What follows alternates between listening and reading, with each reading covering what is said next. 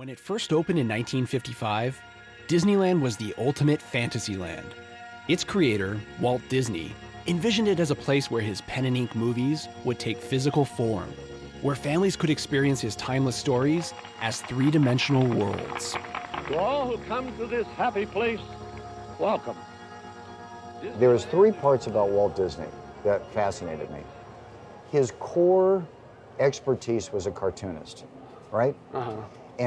And that's what he was doing. Yeah. And if Walt Disney would have just stayed as a cartoonist, and he was a great cartoonist, probably none of us would remember Walt Disney.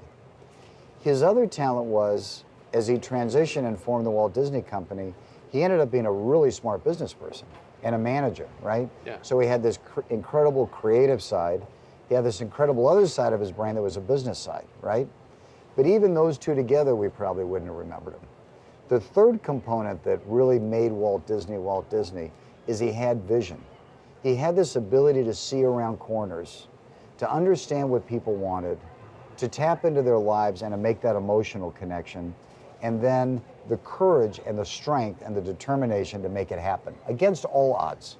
Really, at the time, against all odds. Right. So to have the combination of the creativity, the business mind, and the vision, I think he's a great example of an American phenomenon who changed the world in ways that nobody would have ever predicted. Walt Disney was always looking over the horizon of success for his next golden opportunity. I wanted to learn more about how the producer of groundbreaking and wildly popular animated films made the leap into an entirely new kind of business. So I visited the Walt Disney Archives in Burbank and sat down with their director, Rebecca Klein. Children, and presumably adults too, wanted to see where the magic was made, but unfortunately for logistical reasons, Disney never offered tours of its studio, unlike other film studios. The original Disney studios, the first one was in Hollywood. It was just a little storefront over near Vermont in Hollywood. And then there was a studio that was built, they call the Hyperion Studio, which was on Hyperion and Griffith Park Boulevard. It's at Gelson's now, right? Yeah, it's at Gelson's now, exactly. And that one is where Snow White was first, animated, and also Mickey Mouse and Donald Duck were both born there. That studio, we outgrew it almost immediately. And so in 1939, with the profits from Snow White, we were able to build this studio here in Burbank. And so when we built this studio, almost immediately, people were reading about the brand new Burbank studio and the Disney studios over the hill. And people started writing to the studio and writing to Walt and saying, we want to come see where Snow White lives and where Mickey Mouse lives. He knew that it would be really hard on the staff to have visitors coming through while they were working in the cramped quarters that even here they had. And it would be really hard for them to do that. And so he started thinking, how can I, share this with the public, how we make this magic? And that's actually what gave Walt the inspiration originally to start thinking about what he termed a kiddie park. It eventually morphed into something bigger, and they announced plans to make a park. And by that time they realized that plot was much too small. So they started looking south and ended up in Orange County and found the land in Anaheim. So they never did do tours of the studio. So this is a really special piece. This is here in the archives. One of our documents is the prospectus that they used to get investors for Disneyland. Wow. And so what this is it's this aerial schematic. This is a print of what Disneyland looked like in their imagination. Walt and Herb Ryman. So Disney didn't draw this himself? No, Herb Ryman, one of his Imagineers, one of the artists here at the studio, did it with Walt standing over his shoulder. They built it in a year, right? In 1 year, That's yeah. amazing. Yeah. They couldn't do that today. No way. But they did it, and so they had artwork. So the animators here at the studio, the illustrators here, drew what they envisioned each land would look like. So the very first guidebook doesn't have any photographs in it; it just has illustrations. So in order to create Disneyland, Walt Disney had to, in a sense, invent a new profession, the Imagineer. Right. How did this come about? He took some of his animators and people that were already working on animated films, very famous Imagineers like John Hench and Ken Anderson and Mark Davis.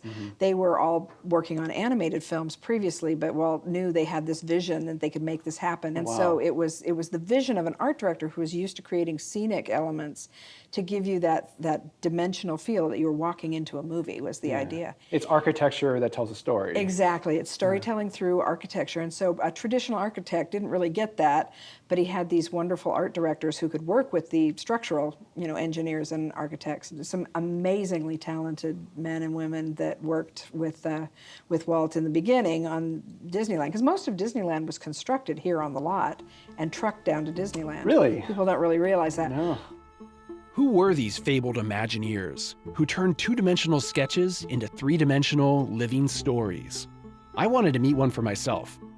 So I visited Disney legend Bob Gurr, the man behind the monorail and many of the ride vehicles at the Disney theme parks, to learn how he and his fellow Imagineers made a magic world feel real. How did you become an Imagineer?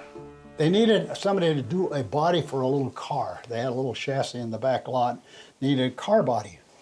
The way he finds people is usually asking other people. Now he had several guys in the studio that were movie directors and animators, and they were car guys, and they knew who I was. So I come in as the car guy. And that immediately led to Walt has ideas for more stuff, including cars. It was one thing after another for all those years, because Walt wanted #1, Autopia, Main Street Vehicles, Omnibus. And then in 1959, he wanted the monorail, the Matterhorn, the submarine, a motorboat, and a new Autopia car. All 5 of those projects done in the same year. Wow. And I worked at Disneyland, and I actually drove some of the very vehicles that I believe you designed. I drove the fire engine. I drove the horseless carriage, which I believe is nicknamed the Gurmobile. That's if I'm right about that. Yes. Yeah, and you designed those. Yes, all the Main Street vehicles. We had the red car, the yellow car, we had 2 omnibuses, and then I talked Walt Disney into doing the fire engine, because I secretly wanted a fire engine. I remember we were always told that it was such a privilege to drive that because it was Walt Disney's favorite vehicle. Yes, it is. Yeah. And those cars are still in service today, 60 years later. Yes. It's impressive. Well, it's because, remember, it's because it's standard store-bought parts. In other words, from the radiator, the engine, flywheel out, transmission, drive shaft, rear axle, out to the brakes, the stock parts. It just looks old. So why was it so important to make it look, antique? Okay, first off, it's Disneyland. Main Street is roughly 1900 to 1905, right in that area. Mm-hmm. You remember, Walt's telling stories. And when you do stories, you need to do it right. It needs to be historically correct. And look at all the architects, all the set designers, look what they did with Main Street. So when I was asked to design the vehicles, I could see automatically what are the things you need to do as far as a vehicle design that is authentic to anybody who really understands historic cars. It might take a little more time, cost a little bit more, but I just couldn't see doing it any other way than doing it just like Walt said, just get it right.